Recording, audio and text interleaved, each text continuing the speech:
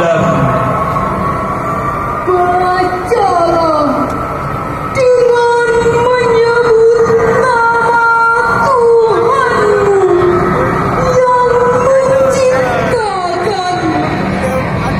Dia telah menciptakan manusia dari sekumpul darah.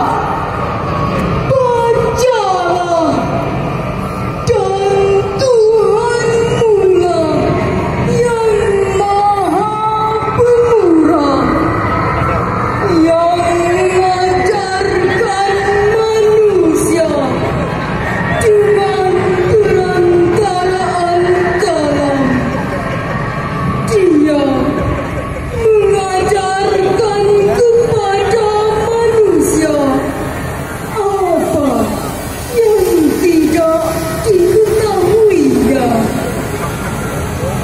Sebuah hadis dari Ibnu Mas'ud menyebutkan huruf hijaiyah adalah nama Allah yang terbesar. Riwayat lainnya dari Ibnu Abbas mengatakan Alif Lam Mim Ta Sin Mim Ha Mim Nun dan yang serupa lainnya adalah nama-nama yang penuh rahasia yang dengannya Allah bersumpah. Ali bin Abi Thalib juga berkata, tidak ada satu huruf pun kecuali semua bersumber pada nama-nama Allah. Al-Quran tersusun dari huruf-huruf hijaiyah.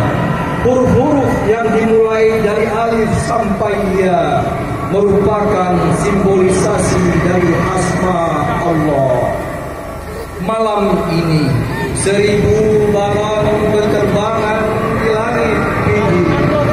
Ya Allah, dengan huruf-huruf Al-Quran-Mu yang suci, kami memohon terangilah hati kami. Ya Allah, dengan huruf-huruf Al-Quran-Mu yang tinggi, perhalus budi pekerti kami. Ya Allah, dengan huruf-huruf Al-Quran-Mu yang mulia, sempurnakan petunjuk-Mu untuk gerak kami dalam bermasyarakat, berbangsa dan bernegara.